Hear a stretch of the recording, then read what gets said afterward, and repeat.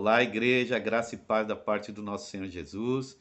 Hoje estarei falando sobre o capítulo 26 do livro de Atos, né? E já chegando ao finalzinho desse nosso plano de leitura, e que o Espírito Santo continue trazendo a plena revelação aos nossos corações daquilo que ele deseja, né? Nesse tempo, né? Nesse propósito a qual nós assumimos juntos como igreja. Amém? Bom, eu queria fazer algumas observações sobre esse capítulo.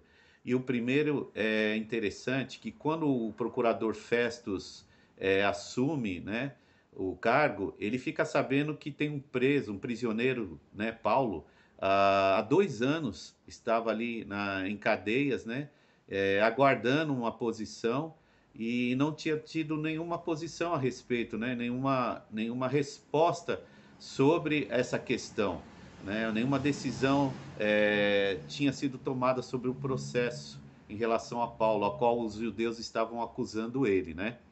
Então, Félix, o que era o procurador anterior, deixou Paulo 2 anos ali esquecido para agradar os judeus, né? Vamos dizer assim, para fazer uma média, politicagem, né? Como sempre, né? Sempre existiu. Mas, por fim, isso aí não é o foco. Vamos ao que interessa, né?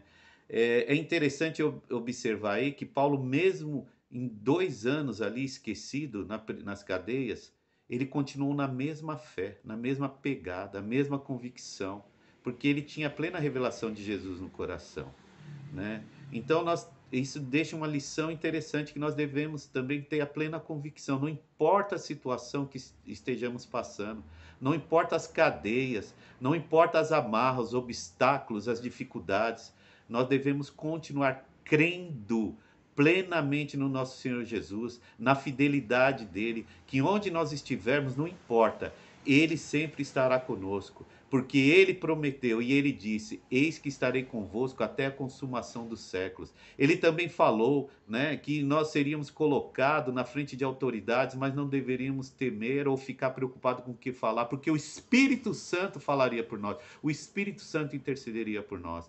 E ele fez assim, com autoridade, com muita graça, no nome de Jesus. Ele explicou para a festa a razão por que ele estava ali sendo preso e acusado injustamente, né? O Festo percebeu realmente que ele estava sendo julgado por questão de costumes, de tradição dos judeus, talvez por ciúmes, né? E não tinha o que acusá-lo. Ele, não, ele estava preso indignamente, né? Então ele mesmo não fica sem saber o que fazer. Aí ele chama o rei Agripa, né?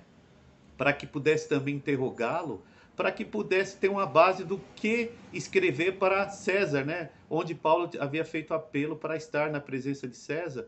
Então, nem Festas ainda tinha uma base, porque não viu crime nenhum em Paulo. Então, o rei Agripa, quando chega na presença de Paulo, Paulo explana todo o plano de Deus, desde os profetas, né? Desde da fundação do mundo, passando pelos profetas, falando sobre a vinda de Jesus, e que ali foi concretizado especificamente naquele período, na morte, na crucificação e ressurreição de Jesus, né? O rei Agripa, ele, como era um rei judeu, ele conhecia as leis dos profetas também.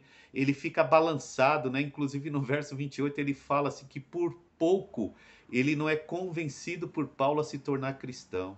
Mas que pena, né? Ele perdeu uma oportunidade, a revelação veio até ele, né? Creio que ali Jesus estava chamando ele, mas ele não deu ouvido, ele não considerou as palavras do Espírito Santo através da vida de Paulo, né? E muitas vezes o que impede é a nossa dureza do coração, a tradição, os costumes de receber a verdade do reino, que é simples, mas é poderosa e é eficaz. Amém? Então não deixe, né, de falar de Cristo, meus irmãos. Né? Permaneça firme. O Paulo é o maior exemplo que mesmo em cadeias, mesmo na prisão, ele não foi impedido de falar do reino, ele não foi impedido de falar do plano maravilhoso de Jesus, né? Então, você não desista, fale, continue falando de Jesus, onde estiver, com quem estiver, use cada oportunidade, né, esteja sensível a usar cada oportunidade para falar de Deus, para falar de Jesus e do Evangelho do Reino. Amém? Um beijão no coração e fiquem na paz do Senhor Jesus.